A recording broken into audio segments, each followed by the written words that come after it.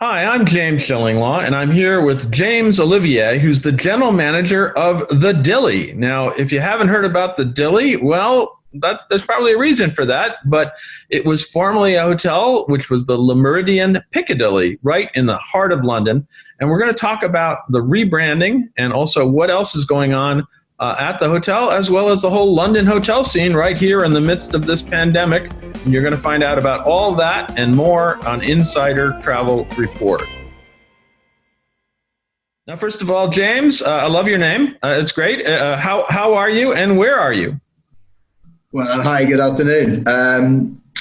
I am currently sat in my office in the heart of London, in, as you rightly say, the Dilly. We are currently closed, unfortunately, but as you say, it's a tough time in the middle of the pandemic, but we're just starting the rebranding and looking to relaunch early next year. That's great. Now, what was the reason for the rebranding? I know probably the contract with Le Méridien ran out in terms of that brand, but what was the reason to turn to this name, and how did you select it?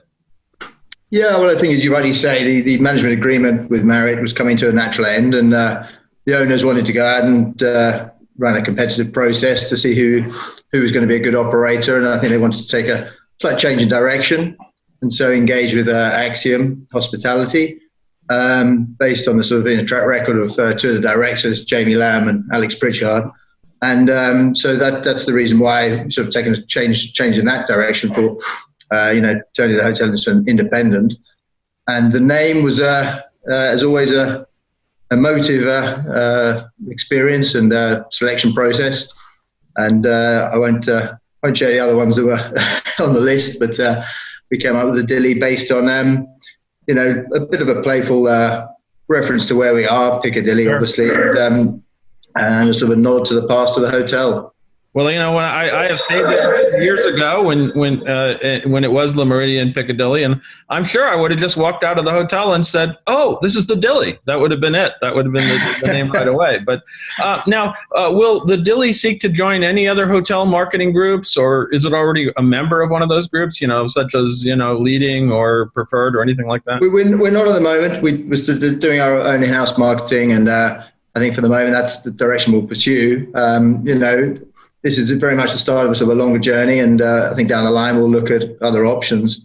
It's as I said, it's a very strange time at the moment. So For now, we're going to concentrate on our own in-house marketing function and explore other options down the line.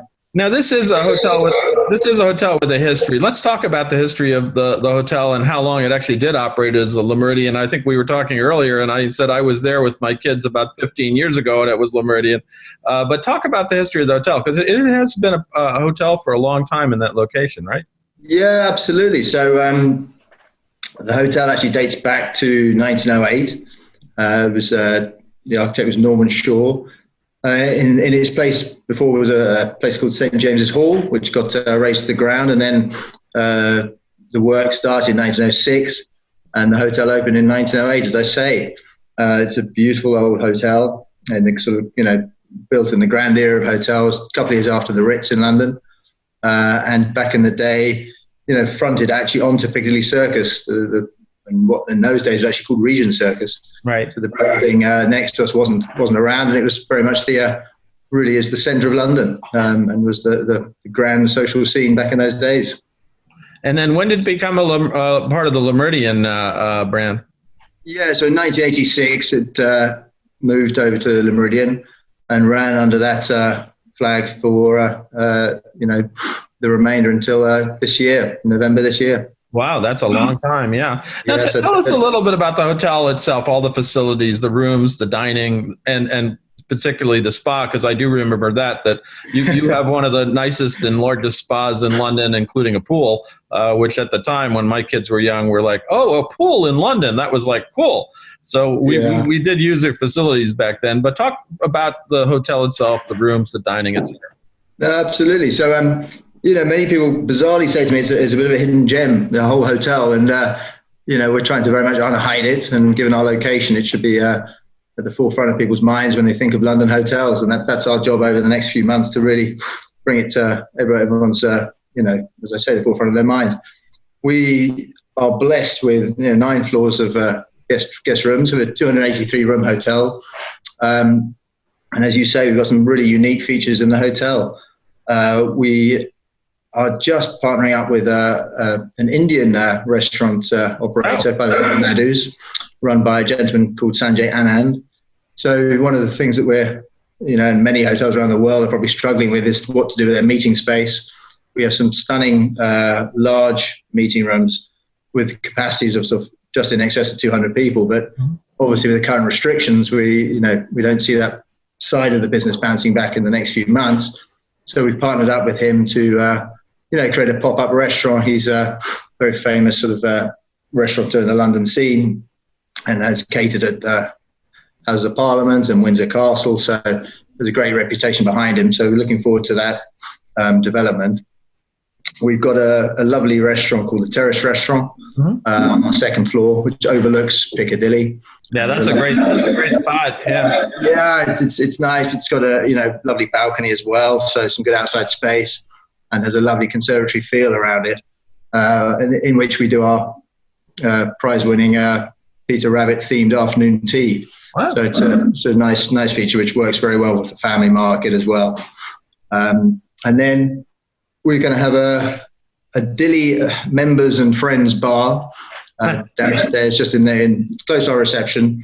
So we're going to do that, which should be quite fun and a nice little thing for the local market, really connecting with London.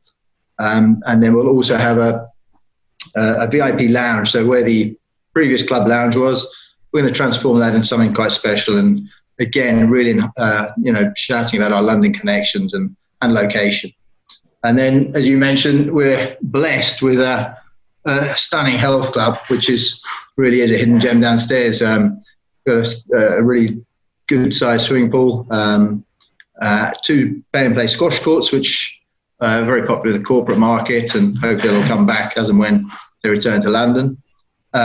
Good size gym as well. Four treatment rooms, which we partnered up with a company called Yoma, really high end sort of massages, etc.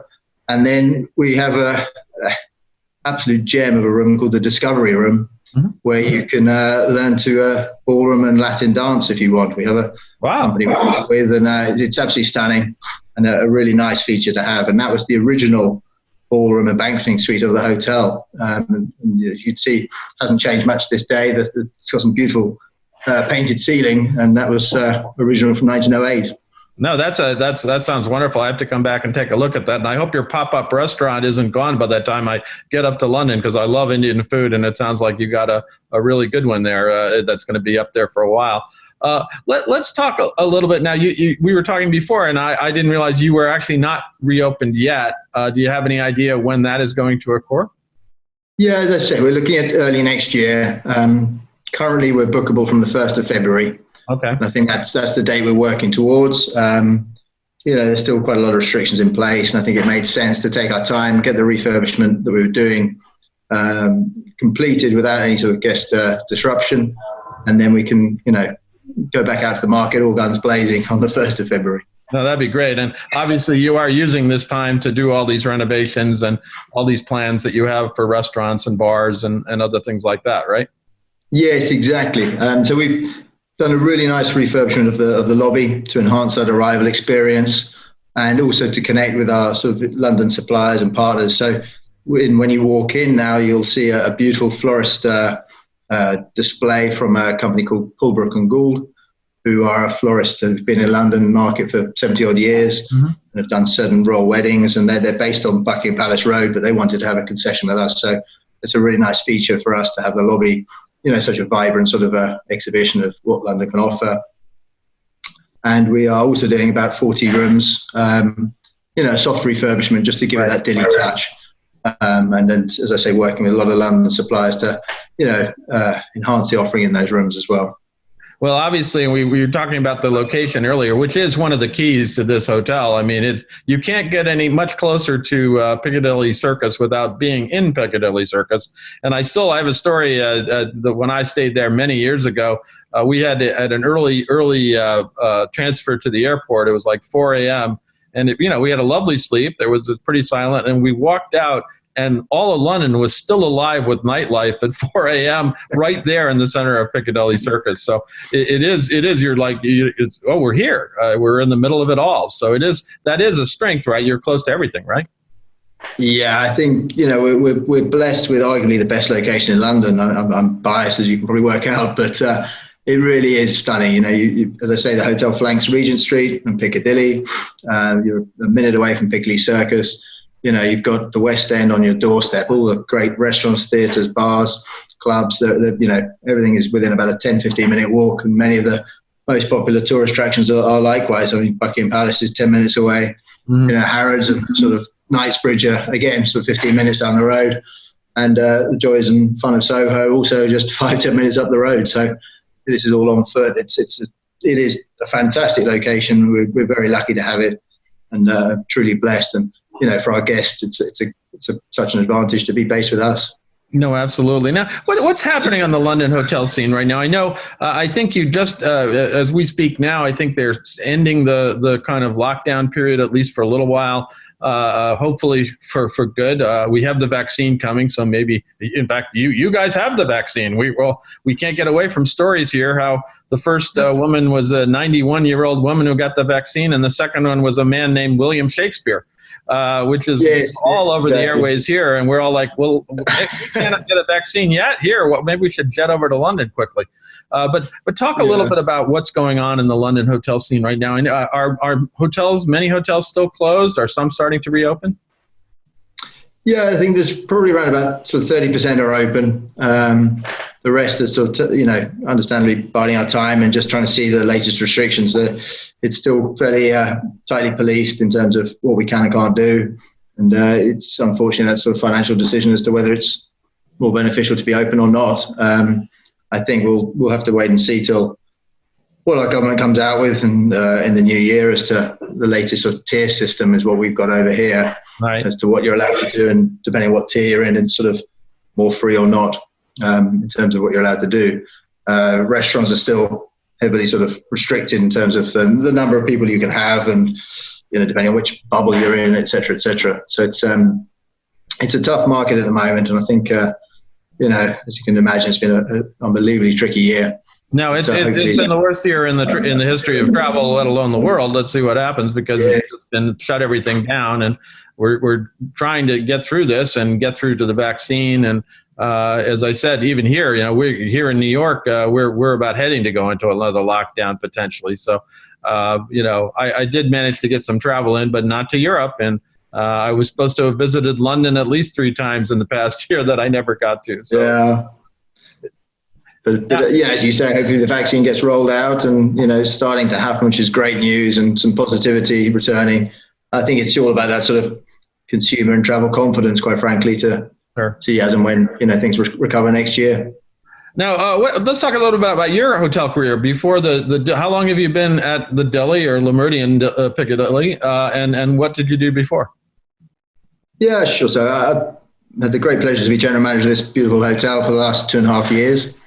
Prior to that, I was with Starwood and Marriott for sort of 15 years in a range of roles. Actually started in finance and trained accountant by trade, and moved into hotel finance, and then jumped across the operational side about 6-7 years ago now.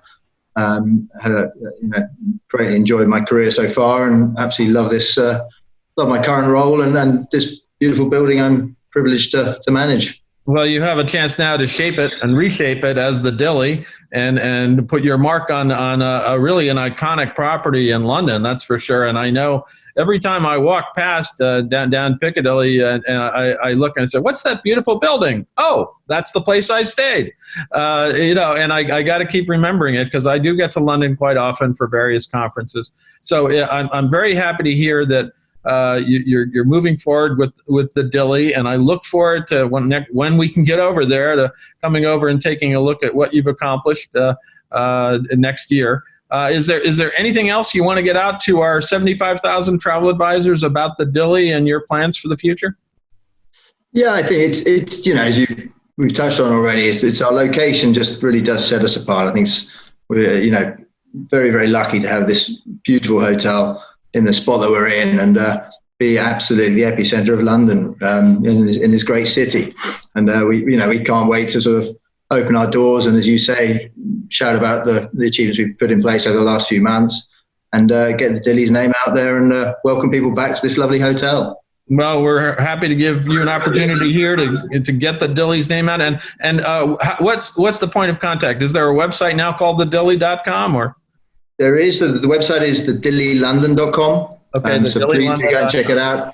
Okay. So it's taking a different direction, and as I say, really enhancing that London message. Well, James, I want to thank you for taking the time to speak with us about that. When I saw the press release announcing the new name, I said, as I said before, I've been there.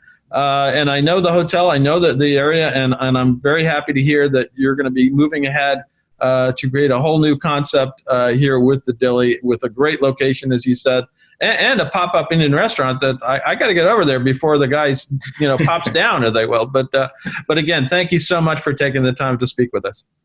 Absolute pleasure, and we look forward to seeing you this side of the pond soon.